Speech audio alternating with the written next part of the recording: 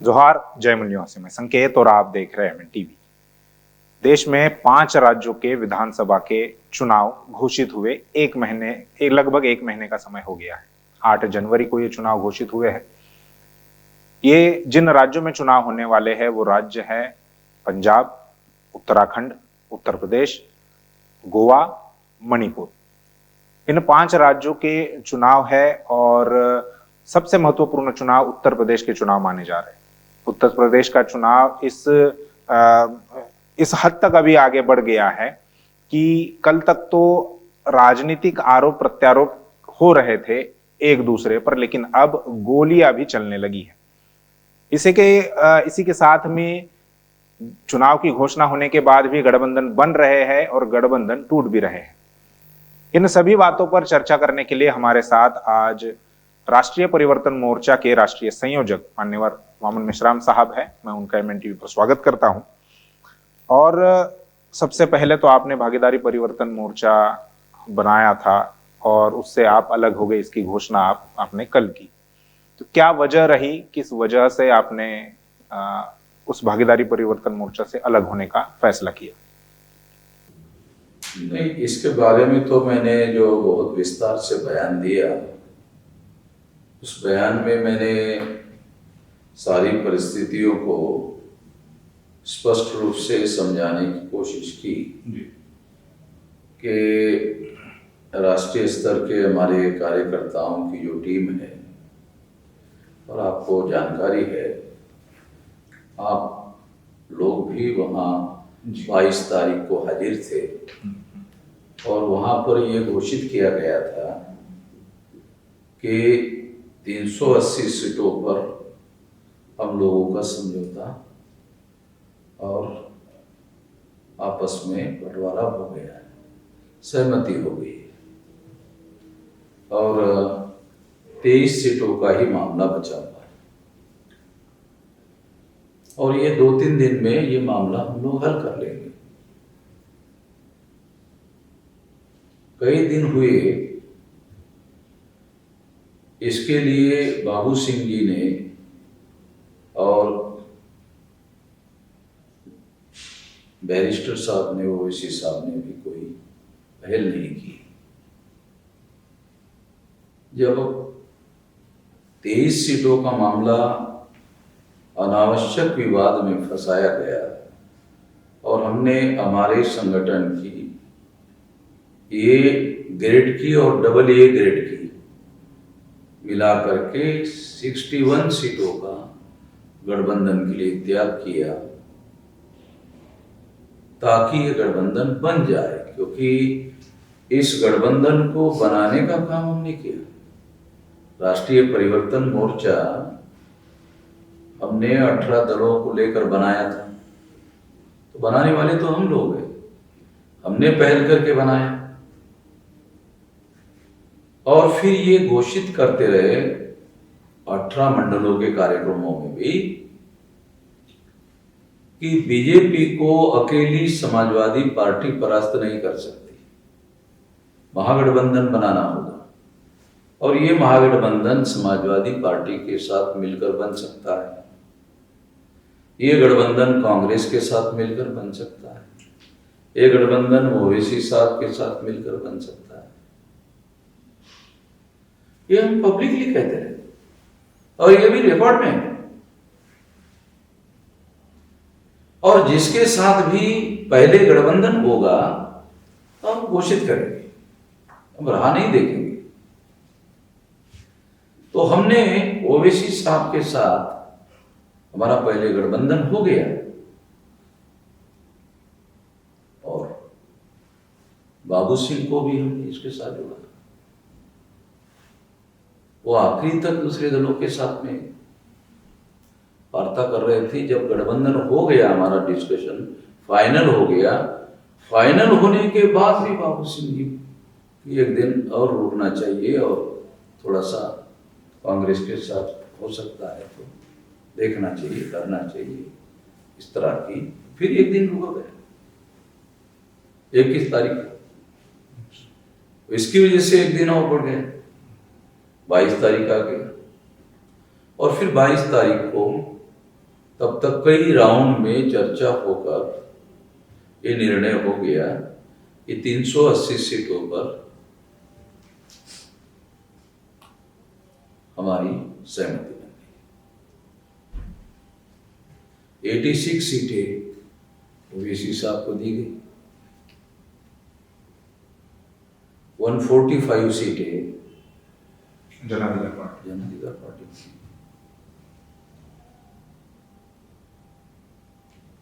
तो मुस्लिम लोगों की संख्या 19% अगर मान ली जाए, क्योंकि वो मुसलमानों को हिस्सेदारी नहीं मिली, इसकी लड़ाई लड़ रहे थे, और ये लड़ाई उनका लड़ना जायज है। हम अलग हुए फिर भी कह रहे जाए, क्योंकि लोकतंत्र में हक की बात है, अधिकार की बात है, होना चाहिए हिस्सेदारी। और हम वामसेप के तरफ से ये बात कहते रहे कि लोक संख्या के अनुपात में हिस्सेदारी मिलनी चाहिए। तो उस हिसाब से अगर देखा जाए तो 76 सीटें होती है, मगर 86 दे दी गई। हमारा तो शुरू से 85% का मामला है, और हमने जो सीटें लोगों को अलॉट की, उसमें शेड्यूल कास्ट के लोग हैं, उसमें शेड्यूल ट्राइब के लोग हैं, उसमें एमबीसी के लोग हैं, उसमें ओबीसी के लोग हैं, उसमें माइनॉरिटी के लोग हैं। हमने जो सीटें दी लोगों को, क्योंकि हमारा तो 85% का कार्यक्रम चल रहा है।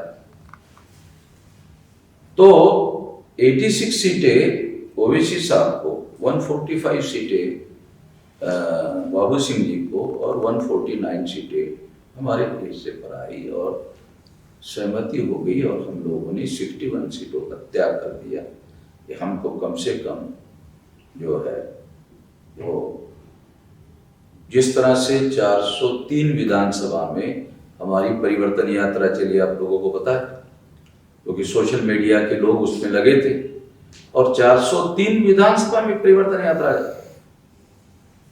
जाकर आई। 403 विधानसभा में हमारा नेटवर्क फैला हुआ है। इन बातों को ध्यान में रखते हुए केवल 23 सीटों का मामला रहा। 23 सीटों के बारे में यह कहा गया,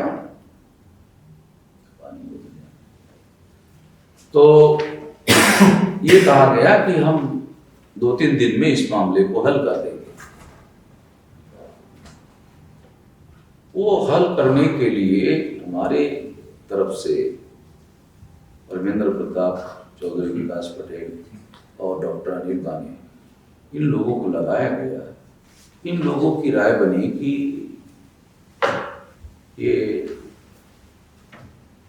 होने के बजाय ये विवाद कर रहा है, और जो 380 सीटों में हमारे हिस्से में आई हुई 149 सीटें हैं, उन पर भी अतिक्रमण करने का, हमारी सीटों पर कब्जा करने का कार्यक्रम उनके द्वारा शुरू हुआ। तो हैरान करने वाली बात है। तो मैंने मैसेज दिया कि भाई इसी तरह से अगर ये बात होती है तो फिर हम विड्रॉ हो जाएंगे। मुझे पहल करनी पड़ी, और इस वजह से बाबू सिंह भी मुझे मिलने के लिए आए। आपने कल इसकी घोषणा की, उसके एक दिन पहले आपने अपने कार्यकर्ताओं से सुझाव मांगे कि ऐसी परिस्थिति फंसी हुई है, तो उसके लिए क्या करना चाहिए, क्या उचित मार्ग है? कितने दिन पहले से आपका ये चल रहा था कि ये विवाद सुलझाने के लिए आप प्रयास कर रहे थे? 4-5 दिन पहले से ये विवाद जो है सुलझाने के लिए हमारे लोगों ने कोशिश की, मैंने भी कोशिश की, और बाबू सिंह जी को बुलाकर वो आए भी, बातचीत हुई, और हमने जो उनको कहा कि ठीक है फिर आप अपने लोगों को बोल दीजिए, मैं अपने लोगों को बोल करके कर लेते हैं। उसके बाद भी उन्होंने झूठ बोला हमारे लोगों को कि मेश्राम साहब ने तो सारी बात स्वीकार की। किन्होंने झूठ? बाबू सिंह जी कि मेश्राम साहब ने तो स्वीकार कर लिया, हमने तो ऐसा कहा ही नहीं। कि वहां से उन्होंने टेलीफोन किया परमिंदर ने, और मेरी आवाज ओपन करके उन्हें तरीकों सुनाई, तो उनको मालूम हो गया कि मैं तो ऐसा कुछ किया नहीं। किया ही नहीं था। तो इससे वो नीयत में कुछ गड़बड़ियां हमने देखी, ये तो बहुत गड़बड़ वाला मामला है। तो फिर उसके बाद में वो लिस्टें घोषित करते रहे, जो 149 हमारी सीटें है उनके ऊपर MIM के द्वारा भी और इनके द्वारा भी कब्जा करना शुरू हो गया। इसका मतलब है उन्होंने शायद पहले अपना मन बनाया और उस हिसाब से वो काम करते रहे। तो उन लोगों ने हमें इस परिस्थिति में कंपेल किया। क्या कारण है, क्या परिस्थितियां है, मगर मैं ये जरूर कहना चाहता हूँ कि जब ये गठबंधन घोषित हुआ तो ये प्रचार किया गया कि इसका सबसे ज्यादा नुकसान समाजवादी पार्टी को होगा। सारे चर्चा सब तरफ, मतलब उत्तर प्रदेश के अंदर भी, और उत्तर प्रदेश के अंदर समाजवादी पार्टी के अंदर जो लोग हैं उन्होंने भी इस बात को स्वीकार किया कि इसका परिणाम जो है वो समाजवादी पार्टी पर होगा। 2-3 दिन जाते ही जब, क्योंकि ये मैंने ओवैसी साहब को प्रेस कॉन्फ्रेंस के 10-15 मिनट पहले ये बात कही कि इसमें हम लोगों को कि समाजवादी पार्टी का मुख्यमंत्री का चेहरा स्पष्ट है, बीजेपी का चेहरा स्पष्ट है, बीएसपी का चेहरा स्पष्ट है। अगर हम बगैर चेहरे से, मुख्यमंत्री पद का बगैर चेहरे से अगर हम मैदान में उतरते हैं तो रणनीतिक गलती होगी। हमें भी चेहरे के साथ उतरना चाहिए। तो मैंने वो इसी साहब को कहा कि हमारा फार्मूला होना चाहिए 2 मुख्यमंत्री का, एक ओबीसी, एक शेड्यूल कास्ट। तो ओबीसी के लिए प्रभु सिंह जी 2.5 साल के लिए प्रथम चरण में 2.5 साल उनका नाम होगा, तो 2.5 साल के लिए परमिंदर प्रताप का होगा। ये बात आपने प्रेस कॉन्फ्रेंस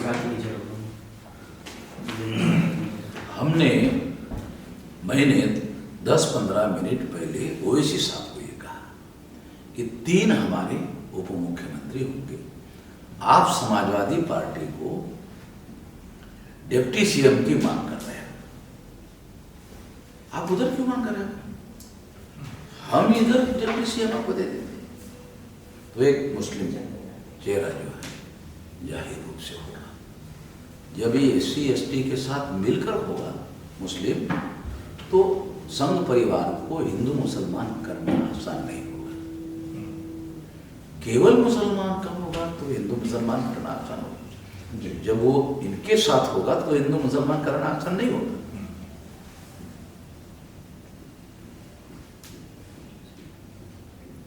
और दूसरा एक MBC का आदमी होना चाहिए, और फिर एक कुशवाहा जी के अलावा जो दूसरी जाति के लोग हैं ओबीसी में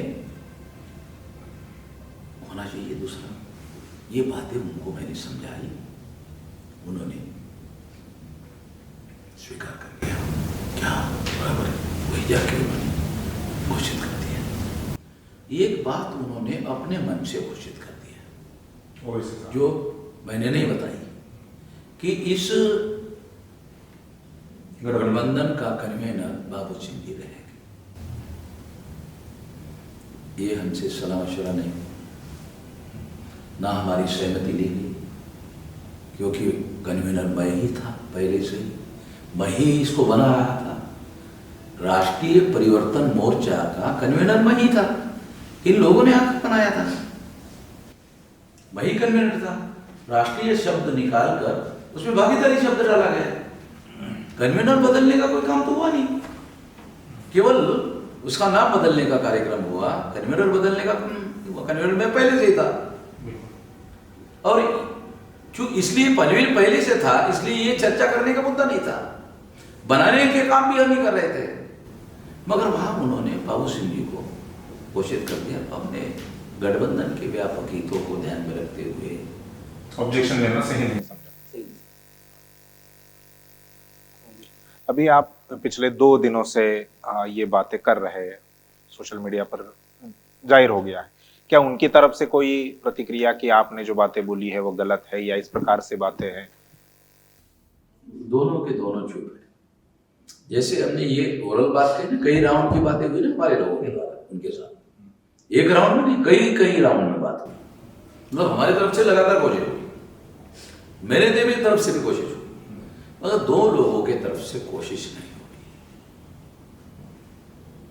मेरे तरफ से कोशिश हुई और इस वजह से बाबू सिंह जी के साथ में बातचीत हुई, मगर वो उन्होंने झूठ का सहारा लिया इन 2 दिनों में उनसे। मगर बाद में ये सारा परिस्थिति है ये ध्यान में रखते हुए मैंने राष्ट्रीय स्तर के लोगों की मीटिंग बुलाई और राष्ट्रीय स्तर के लोगों की मीटिंग बुलाकर सारी जानकारी इकट्ठा करने के बाद सभी लोगों के सहमति से हमने फैसला किया कि इसमें रहना उचित नहीं है, क्योंकि सारे डिस्ट्रिक्ट में विवाद खड़ा हो गया है और ट्रांसफर ऑफ वोट का मामला खड़ा हो जाएगा। जब सारे डिस्ट्रिक्ट में विवाद खड़ा हो गया, अब अगर हम लोग अपने लोगों को बिठा दें तो वो ट्रांसफर करने में काम नहीं करेंगे, अगर वो लोग जबरदस्ती अपने लोगों को बिठा दे तो वो काम के आपको नहीं ट्रांसफर नहीं होगा। तो ये अब गठबंधन काम करने लायक नहीं रहा। इस वजह से फिर हम लोग इस नतीजे पर पहुंचे कि अब ये गठबंधन विड्रॉ करने के अलावा हमारे सामने कोई विकल्प नहीं। अब 403 सीटों पर हमारी परिवर्तन यात्रा जा गई, तो 403 पर हम इंडिपेंडेंटली कैंडिडेट खड़ा कर सकते थे। तो हमारे हिस्से में 149 सीटें आई। वैसे तो नुकसान हुआ। 61 सीटों पर हम लोगों ने हमारी ग्रेड की जो सीटें हैं वो सीटें हमने इसके लिए गठबंधन के लिए तैयार थी कि कोई बड़ा काम होना चाहिए और ये सेमीफाइनल में अगर हम बीजेपी को परास्त कर सकते हैं, क्योंकि ये गठबंधन होने से जो पहले हमारा राष्ट्रीय परिवर्तन मोर्चा का गठबंधन था ये महागठबंधन हो गया था, ये छोटा मोटा नहीं हुआ था। और जब हम सारे लोग इकट्ठा मिलकर मैदान में परिवर्तन पदयात्रा के लिए निकल जाते तो इसका इतना बड़ा इम्पैक्ट पड़ता, इतना बड़ा इम्पैक्ट पड़ता, बहुत बड़ा सारे उत्तर प्रदेश में। और विकल्प था, ये विकल्प क्यों था ये मैं आपको बताता हूं। जिन लोगों ने, जिन नॉन यादव जाति के लोगों ने समाजवादी पार्टी के और यादव लोगों के गुंडागर्दी के विरोध में बीजेपी को प्रतिक्रिया में वोट दिया था, उनके लिए एक विकल्प खड़ा हो गया। छोटी मोटी बात नहीं थी। 2017 की बात करें विधानसभा चुनाव की, तो ये ऐसा परिणाम उनके सामने एक विकल्प खड़ा हो गया वोट देने के लिए, नॉन यादव ओबीसी जातियों के लिए और तमाम लोगों के लिए। जब ऐसा होता तो इसका परिणाम, पहले नंबर का परिणाम बीजेपी पर होता। जो लोग कह रहे थे समाजवादी पर होगा, वो 2-3 दिन में ही लोगों ने आकलन कर लिया, बीजेपी के लोगों ने, कि इसका परिणाम तो बीजेपी पर होगा। और बीजेपी पर इसका परिणाम होगा तो बीजेपी पर परिणाम होते ही ये पहले नंबर के विकल्प की दिशा में मामला आगे बढ़ता। जब हम मैदान में उतरते, सारे लोग के सारे लोग मैदान में उतरते, पदयात्रा में निकलते और लाइव टेलीकास्ट होता, तो ये विकल्प सारे उत्तर प्रदेश के लोगों के सामने आ जाता। मगर अकेले ही ओवैसी साहब पदयात्रा के लिए निकल गए। ये जो हमला हुआ उनके खिलाफ, उनके ऊपर, जिसको मैं कंडेम किया, जिसका मैं विरोधी हूं, उनके अकेले पदयात्रा में चलने की वजह से यह हमला हुआ। यदि उनके साथ मैं और बाबू सिंह चलने के लिए होते, 200% गारंटी से कहता हूं किसी की हिम्मत नहीं होती हमला करने की।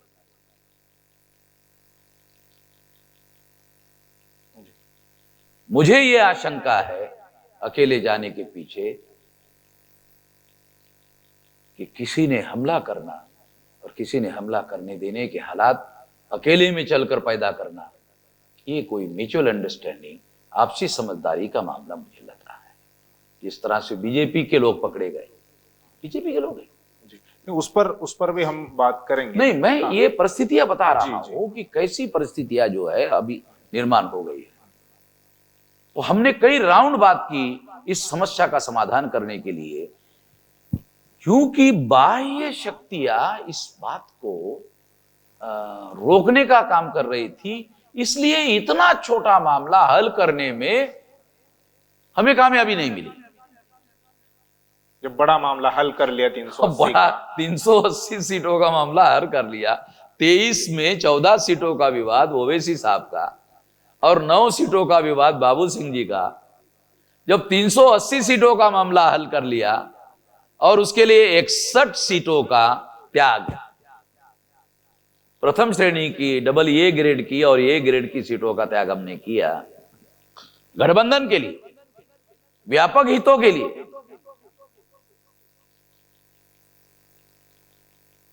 और सारी संगठन शक्ति की ताकत हम लोग इस काम में लगा रहे थे। तमाम जिलों से टेलीफोन आने लगे कि वहां पर विवाद हो गया है, विवाद हो गया और आप ए ग्रेड की सीटें छोड़ रहे हैं, जहां पर आपके संगठन हाँ। शक्ति है, कैंडिडेट मजबूत है। तैयारी कर रहे हैं हम कई दिनों से, महीनों से। जब आपने सुझाव मांगे थे तब कई सारी प्रतिक्रियाएं उसमें आई है। हमने कुछ प्रतिक्रिया को देखा। 2 प्रकार की प्रतिक्रिया हमें महत्वपूर्ण लगी, जिसमें एक प्रतिक्रिया इस प्रकार से है कि लोगों ने कहा कि जो भी आप निर्णय लेंगे वो उन्हें मंजूर होगा, और दूसरी प्रतिक्रिया ये थी कि गठबंधन कैसे भी करके बचाया जाए, उन्हें समझाने की बात हो या कुछ भी करके हमारी तरफ से, यानी आपकी तरफ से पहल हो और गठबंधन को बचाया जाए। तो ये जो लोगों की भावना थी या है अभी शायद नहीं होगी, लेकिन पहले जो भावना थी उसको लेकर क्या कहेंगे?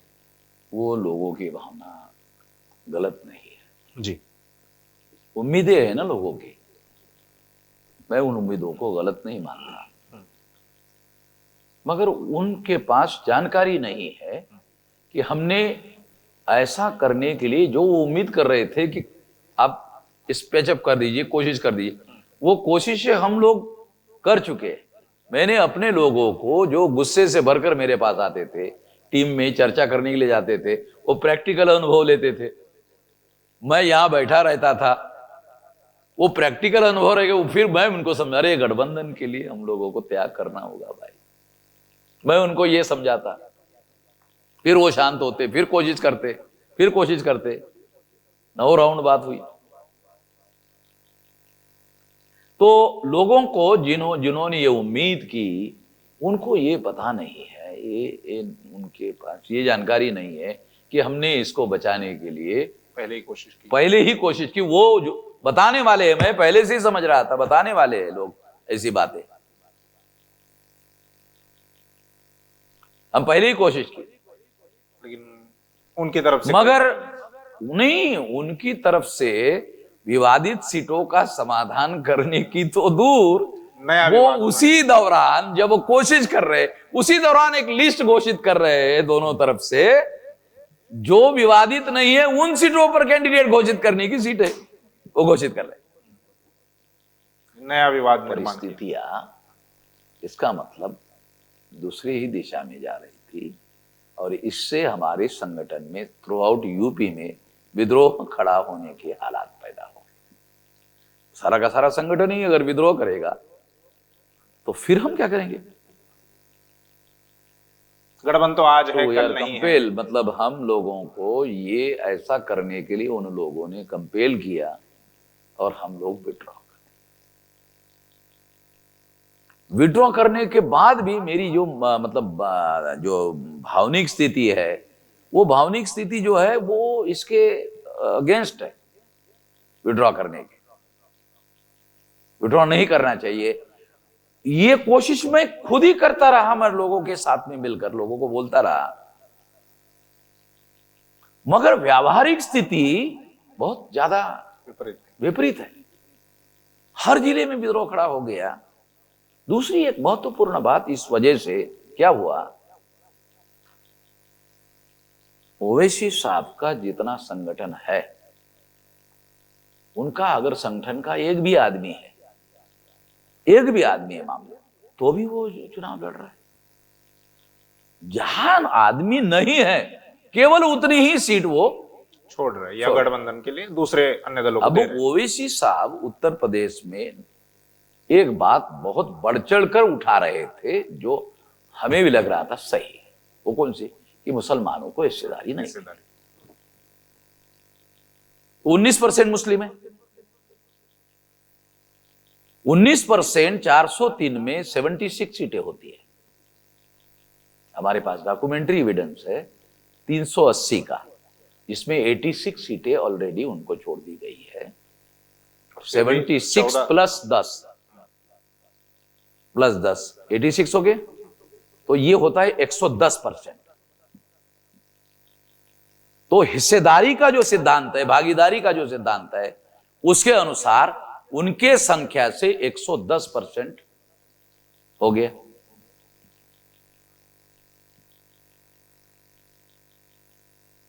और वो ये भी कह रहे कि नहीं, आपने ऐसा कैसे मान लिया कि हम केवल मुसलमानों का संगठन है। हैदराबाद में उन्होंने कहीं किसी ब्राह्मण को टिकट नहीं दिया, बिहार के चुनाव में कहीं किसी ब्राह्मण को टिकट नहीं दिया, और मुसलमानों की हिस्सेदारी की लड़ाई लड़ रहे हैं। तो हम तो यही मान रहे हैं कि मुसलमानों की हिस्सेदारी की लड़ाई लड़ रहे हैं, तो मुसलमानों को हिस्सेदारी दे देनी चाहिए। हम वामसेब के लोग कहते हैं कि संख्या के अनुपात में मुसलमानों को उनके संख्या के अनुपात में हिस्सेदारी मिलनी चाहिए। तो हम तो गलत नहीं कह रहे उनको, ये बात सही कह रहे। हम लोगों ने भी कई मुसलमानों को टिकट दिए। तो ये परसेंटेज जो है, अगर इनका जोड़ दिया आपके जाए, भी मुस्लिम कैंडिडेट अगर जोड़ दिए जाए तो और ज्यादा हो जाए, बहुत ज्यादा हो जाता है, 125% से ज्यादा हो जाएगा। तो भागीदारी के सिद्धांत के अनुसार भी वो सही नहीं है। आपने कानून, फिर वो जो ट्रांसफर ऑफ वोट का मामला था, जब आपका संगठन जहां नहीं है, वहां जो मुसलमान है वो हमें वोट कैसा देंगे? आपका संगठन तो है नहीं, आपके कार्यकर्ता नहीं है, तो वहां के मुसलमान, वहां हमारा कैंडिडेट खड़ा है या बाबू सिंह जी का खड़ा है, तो वहां आपका वोट हमें ट्रांसफर कैसे होगा? नहीं होगा। वहां का वोट समाजवादी को होगा। ये व्यवहारिक बात है, ये आरोप प्रत्यारोप करने का मामला नहीं है। जो 32 साल मैं यूपी के अंदर काम किया, तो मेरे पास जो तजर्बा है उसके आधार पर बोल रहा हूं। और उसके लिए अलग से कोई न कोई प्लान बनाना पड़ेगा। ये बात मैंने बाबू सिंह जी को कही, और बाबू सिंह जी ने भी एक्सेप्ट किया कि हाँ, ये बड़ी समस्या है, क्योंकि समस्या उनके कैंडिडेट को भी, हाँ, ये बड़ी समस्या है। और ये हमारे सामने भी समस्या है कि ओवैसी साहब के वोट हमें ट्रांसफर कैसे होंगे। हम तो उनको ट्रांसफर करने के लिए करेंगे। अब मैं आपको बताना चाहता हूं, बाबू सिंह जी का संगठन कैडर बेस नहीं है, ओवैसी साहब का संगठन कैडर बेस नहीं है। दोनों का संगठन क्राउड बेस ऑर्गेनाइजेशन है। हमारा संगठन कैडर बेस ऑर्गेनाइजेशन है। और ये इतिहास है कि बीएसपी के पास जो ट्रांसफरेबल वोट है, वो वामसेव की वजह से ट्रांसफरेबल था। अगर कोई ये कहता है कि ये शेड्यूल कास्ट का वोट जो है या बीएसपी का वोट जो है ये ट्रांसफरेबल नहीं था, अगर ट्रांसफरेबल वोट नहीं होता तो 25-25 करोड़ रुपए देने के लिए ऊंचे जाति के लोग मायावती को वो टिकट के 25-25 करोड़ रुपए देते थे और ये सोचते थे कि एक वोटर के घर में जाकर जो हम पैसा देते हैं वही अगर उससे पार्टी के- बेहतर एक आदमी को मायावती को दे दिया जाए और वो केवल कह दे तो सारा का सारा उसके लिए कुछ करना भी नहीं पड़ेगा और सारा का सारा वोट ट्रांसफर हो जाएगा। ये कोई काल्पनिक बात है, तो सारी अखबारों की कहानियां इसमें भरी पड़ी हुई है। अगर कोई ऐसा कहता है कि ये ट्रांसफरेबल वोट नहीं है तो उसको राजनीति की समझ नहीं है, ऐसा मैं मानता हूं। और ये वामसेब ने भारत के राजनीति को दिया हुआ सिद्धांत है। और रमाबाई मैदान में जो विशाल रैली हुई उसका 5वां हिस्सा मायावती की रैली में था। 5 गुना बड़ी रैली हमारी थी। उसमें एक एक आदमी पहले बीएसपी का था और अभी हमारे पास आया हुआ है। हमने हमारे बेसिक संगठन का वामसेब भारत मुक्ति मोर्चा और बहुजन क्रांति मोर्चा के समर्थन से वो रैली आयोजित की थी। उसके लिए उसका संचित फंड खर्चा किया और रिकॉर्डेड डॉक्यूमेंट्री है हमारे पास में, वो फंड खर्चा किया गया क्योंकि बैंक से निकालना पड़ता है, तो रिकॉर्डेड बातें हैं। और इतनी विशाल रैली खड़ी की और उसमें एक खास बात की कि इसमें एक एक आदमी जो आया हुआ है वो कल तक बीएसपी का था, अब हमारे पास है। हालात बदल रहे हैं। मायावती विकल्प थी, अब नहीं। हमने इटावा में 14 नवंबर को रैली की और जीआईसी मैदान किया।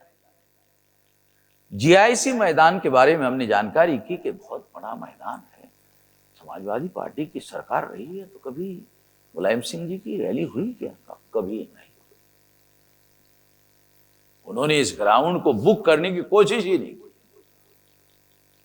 वो ग्राउंड हमने बुक किया, केवल बुक नहीं किया, वो ग्राउंड हमने, जब मैं बोलने के लिए खड़ा हो गया तो वो पूरा ग्राउंड जो है भर गया था। वो भी भर के दिखाए। वहां से 22 किलोमीटर अंतर पर सैफई।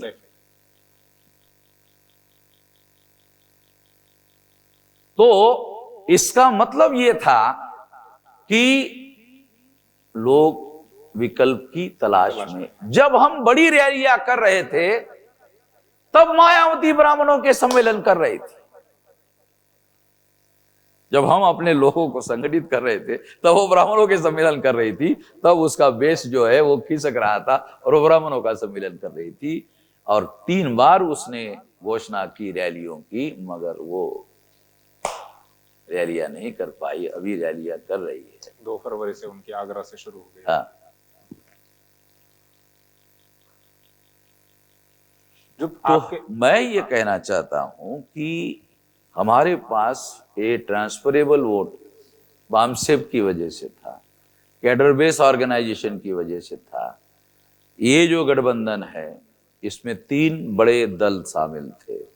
बाबू सिंह जी का जन अधिकार पार्टी, हमारी पार्टी और हमारा संगठन वामसेब भारत मुक्ति मोर्चा, बहुजन क्रांति मोर्चा।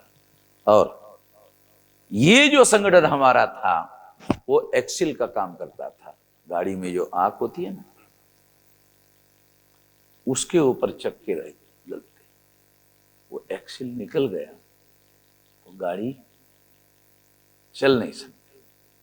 क्योंकि ट्रांसफरेबल वोट हम अपना भी करते, हम बाबू सिंह के संगठन का वोट भी ट्रांसफर करते ओवैसी साहब को, और ओवैसी साहब का जो वोट ट्रांसफर नहीं हो पा रहा है उसकी योजना बनाते, प्लान बनाते और उनका वोट भी ट्रांसफर करवा सकते थे। इस योजना पर भी मैं काम कर रहा था।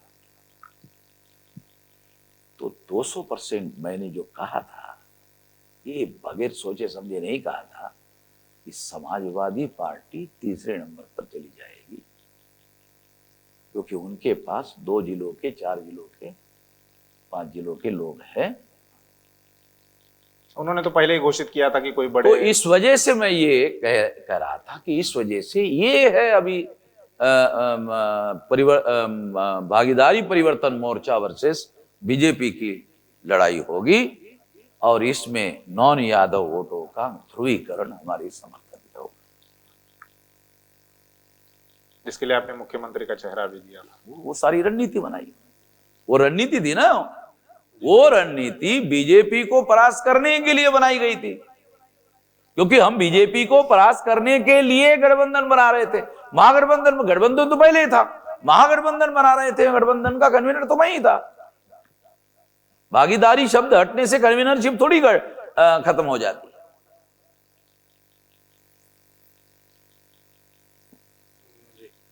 अभी आपने जिसका जिक्र किया है ओवैसी साहब पर जो हमला हुआ, जिसके बारे में आपने बताया, और आपने ये भी कहा कि अगर तीनों मिलकर, जो भागीदारी परिवर्तन मोर्चा के जो प्रमुख घटक दल और नेता है, वो तीनों ने मिलकर अगर पद यात्रा की होती तो शायद ऐसा नहीं होता, या दुश्मनों की भी ऐसी जो है हिम्मत नहीं हुई थी। उसको जरा विस्तार से बताइए कि वो कैसे नहीं होता। वो इसलिए नहीं होता क्योंकि फिर एक बात तो प्रैक्टिकल बताना चाहता हूं कि जब हम लोग तीनों मिलकर करते तो फिर 2-4 गाड़ी नहीं रहती, तो ये छोटे दल मिलाकर 10-20 गाड़ियां हो जाती, 20-25 गाड़ियां होती। उस गाड़ी में फिर आइडेंटिफाई करने का मामला खड़ा हो जाता है प्रैक्टिकली, ठीक है। और फिर ये हमला गठबंधन के ऊपर माना जाता, जो बीजेपी के लिए जानलेवा साबित हो जाता। फिर उसको हिंदू मुसलमान के बजाय वो गठबंधन वर्सेस बीजेपी का मामला खड़ा हो जाता। ये रणनीतिक रूप से बहुत बड़ी भारी गलती होती। इसको हम बहुत बड़े पैमाने पर इसको हम लोग उसको शेप देते, और इसका एससी और बीसी के वोटों पर बहुत ज्यादा गहरा असर पड़ता। बाबू सिंह को बगैर कैडर बेस के इस बात को कन्वर्ट करना संभव नहीं है। बाबू सिंह का स्टेटमेंट मैंने पढ़ा, मैं समझ में आ रहा है कि ये उस परिस्थिति का फायदा लेने की कोशिश कर रहे हैं, अन्यथा कुछ नहीं है। जी बिल्कुल। आप उत्तर प्रदेश में काफी महीनों से, आपने जैसे कहा कि 90 के दशक से आप इस उत्तर प्रदेश में हैं, चुनाव में आपने कई सारी रैलियां की है। क्या कभी आपको ऐसा डर नहीं लगता कि जैसा हमला हुआ है ये आपके ऊपर भी हो सकता है? देखो, मैं तो ईवीएम के विरोध में राष्ट्रीय स्तर की परिवर्तन यात्रा निकाल चुका हूं, और मैं ये बात मानकर चलता हूं कि मेरे ऊपर हमला हो सकता है।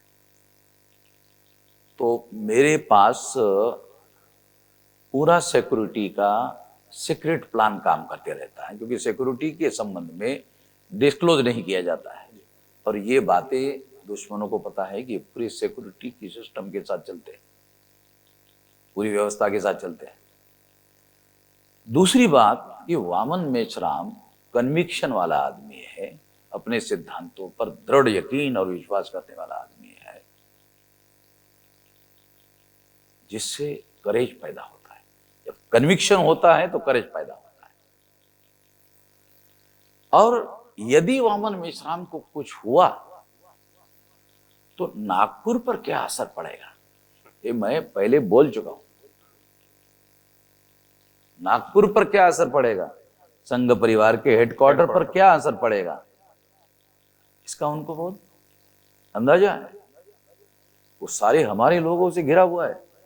जी बिल्कुल, है ना, तुम पता देखा हो ना, हमारे लोगों से घिरा हुआ है। तो इसका क्या परिणाम हो सकता है, उनको कल्पना है। दूसरा, मैं उस कम्युनिटी से बिलोंग करता हूं जो किसी जीत को पकड़ लेता है तो वो तब तक पूरा नहीं होता, तब तक छोड़ता नहीं।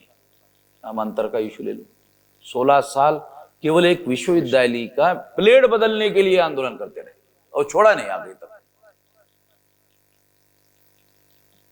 बीच में हटे नहीं हो कभी।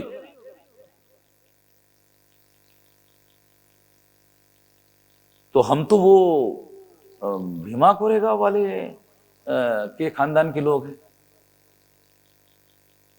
हमें डर नाम का कोई चीज नहीं लगता है, और इस वजह से हम कोई गलत बात नहीं करते। बगैर सबूत के कोई बात मैं करता नहीं हूं। मैं सबूत भी देता हूं, लॉजिक भी देता हूं, तथ्य भी देता हूं और सारी चीजें समझाता हूं। इवन आरएसएस के लोग, वो आरएसएस का एक समरसता मंच चलाने वाला पतंगे है, वो कहता है अरे भाई अगर भाषण करने का हुनर सीखना है तो हम हिसाब से सीखना चाहिए।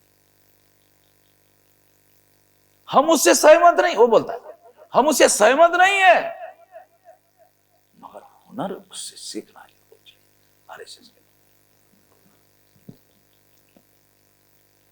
तो वो मैं बगैर सबूत के नहीं बोलता हूं, बगैर लॉजिक के, बगैर तर्क के और पूरी भूमिका बनाकर क्रोनोलॉजिकल सारी चीजें बताता हूं।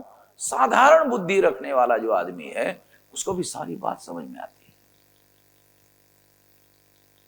तो इसलिए मैं किसी की भावनाओं को आहत करने वाली बातें करता हूं, किसी की धार्मिक भावनाओं को आहत करने का मामला करता हूं, ऐसा तो ये जो वर्ण व्यवस्था है, ये जाति व्यवस्था है, ये अस्पृश्यता है, आदिवासियों का सेग्रीगेशन है, महिलाओं को दास बनाने का मामला है, शूद्रत्व पिछड़े वर्ग के ऊपर थोपा गया है, वो जिस बात को हिंदुत्व कहते हैं वो गुलामी थोपने का राष्ट्रीय अभियान है। हिंदुत्व क्या है?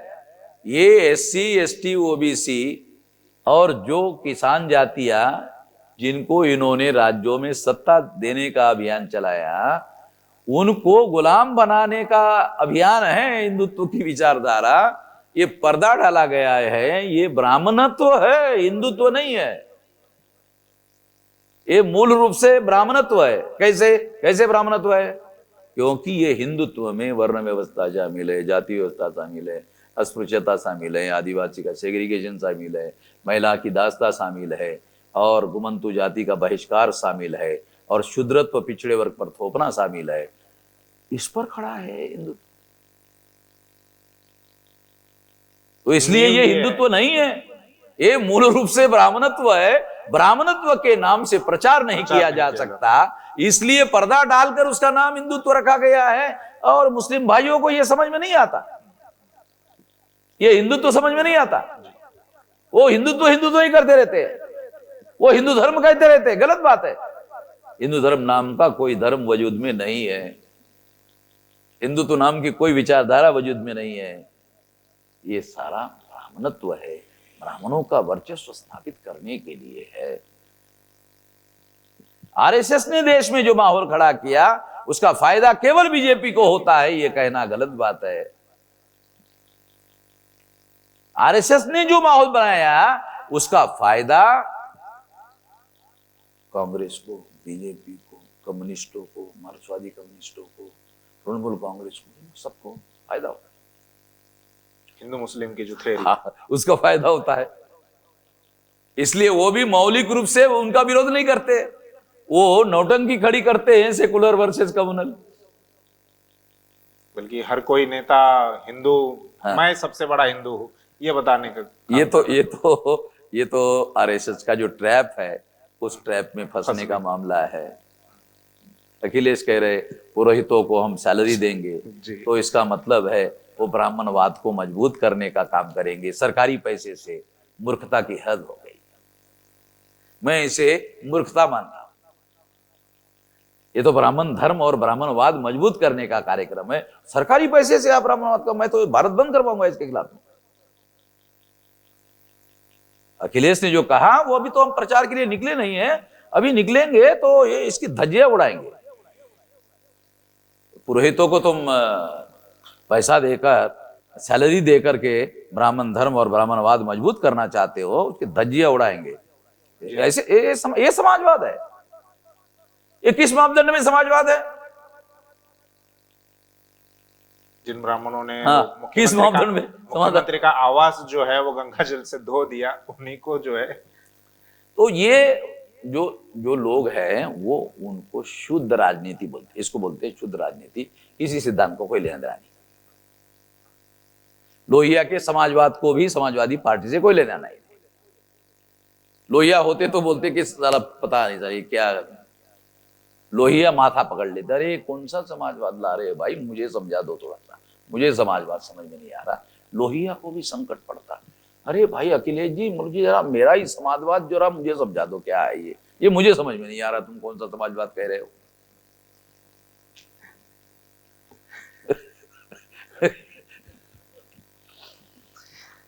बात को आगे बढ़ाते हैं सर। एक सवाल है, जब से ओवैसी साहब की गाड़ी पर हमला हुआ है और बीजेपी से संबंधित वो दो लोग हैं, उनके काफी सारे फोटो जो है सोशल मीडिया पर वायरल है, मुख्यमंत्री के साथ में भी उनके फोटो। एक बात समझ में नहीं आ रही है, बीजेपी ना मुसलमानों को टिकट देती है, ना मुसलमानों की उनको वोट चाहिए, और ओवैसी का अगर प्रचार होता है तो बीजेपी का क्या नुकसान है? बीजेपी की तरफ से क्यों क्यों गोली कोई चलाएगी? नुकसान किसी प्रकार का ओवैसी पर हमला करने से कोई नुकसान ही नहीं होता, बल्कि हमला करने से ओवैसी साहब को फायदा होता है, नुकसान नहीं होता। बीजेपी को क्या नुकसान है फिर?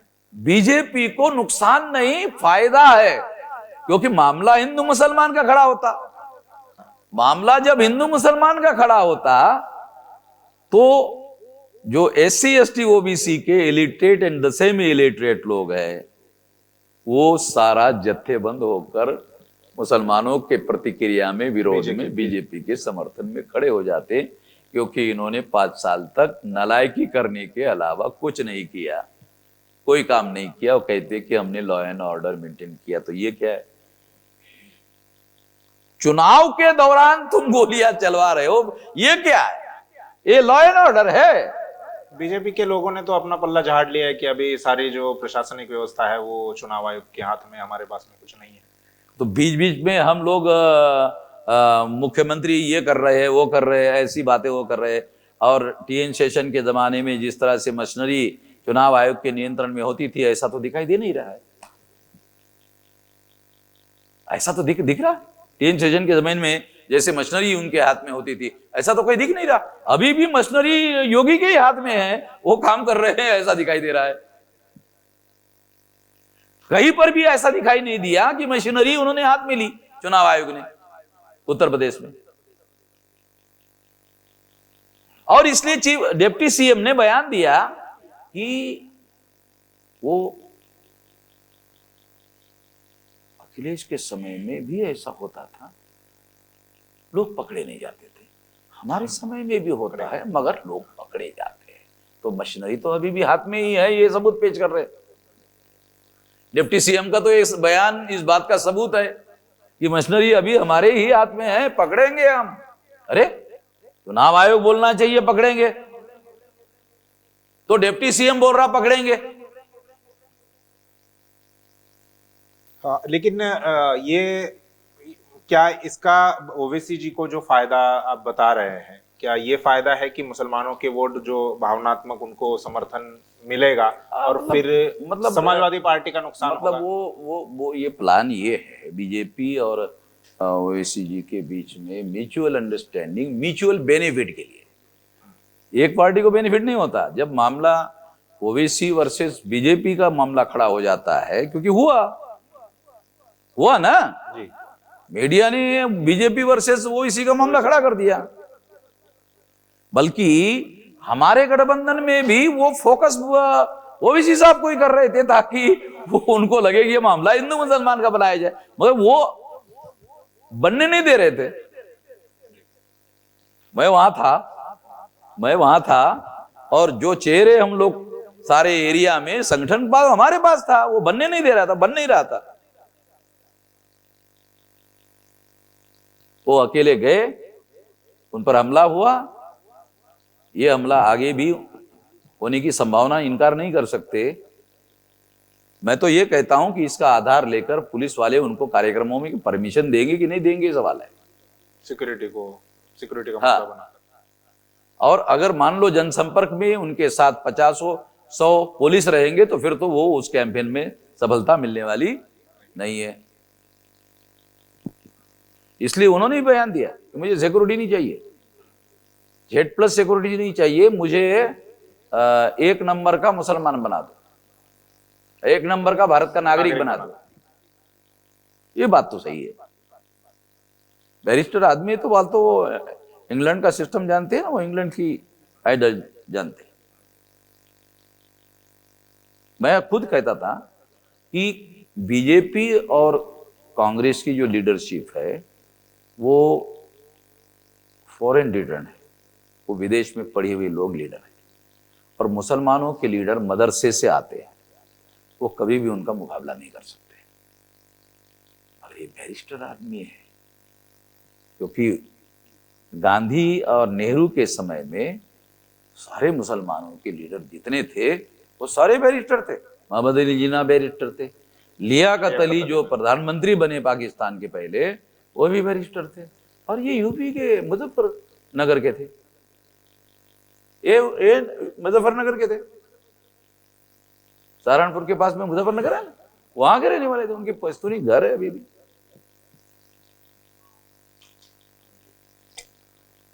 राष्ट्रीय परिवर्तन मोर्चा का जो कारवा है वो अब आगे बढ़ रहा है, और उसके प्रचार के लिए क्या क्या योजना है, किस प्रकार से हम लोग अभी राष्ट्रीय परिवर्तन मोर्चा में सहभागी जितने भी दल है, सब उन लोगों को लेकर अभी हम अपनी रणनीति बनाकर प्रचार के लिए निकलेंगे। अभी 7 और 8 तारीख को 10-12 चुनाव क्षेत्रों में एक साथ पश्चिमांचल में पहले चरण में एक ही दिन में हम लोग कवर कर लेंगे सारा का सारा, और उसका लाइव टेलीकास्ट होगा सारे इसमें।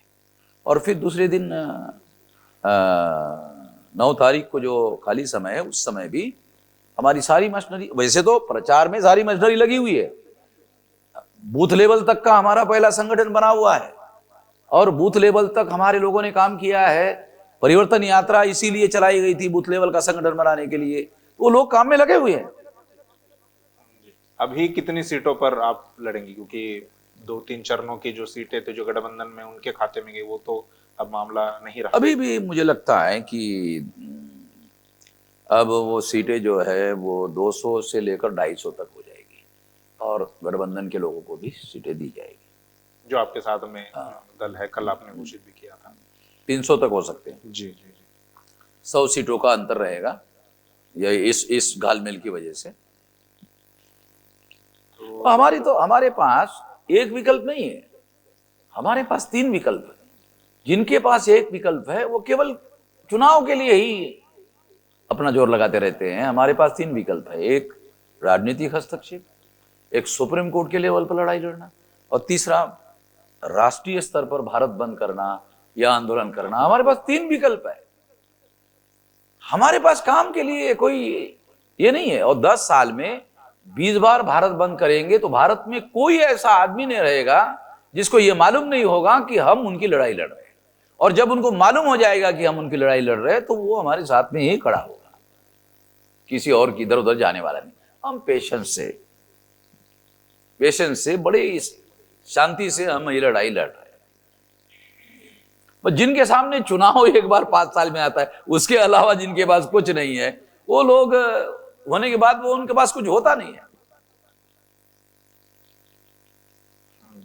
तो लगभग सभी मुद्दों पर हमने मेश्राम साहब से बात कर ली है। जो भी सवाल थे, हमारे सवाल थे, लोगों के द्वारा जो सवाल आए थे, उन सभी मुद्दों पर हमने बात कर ली है। भागीदारी परिवर्तन मोर्चा से वो क्यों अलग हुए, बहुत दुख के साथ उन्होंने कहा भी कि उनका ये विचार नहीं था कि इस प्रकार का कोई स्टेप लिया जाए, लेकिन बहुत दुख के साथ में वे इससे बाहर हो गए हैं। इसके अलावा ओवैसी साहब पर जो हमला हुआ उसके पीछे क्या राजनीतिक षड्यंत्र है, ये भी उन्होंने खुलासा किया है। और उन्होंने ये भी कहा है कि हम आने वाले 10 सालों में भारत में एक भी व्यक्ति ऐसा नहीं रखेंगे जिसको ये पता ना हो कि उनकी लड़ाई, उनके हक अधिकार की लड़ाई कौन लड़ रहा है। एक अंग्रेजी में कहा जाता है कि slow and steady wins the race.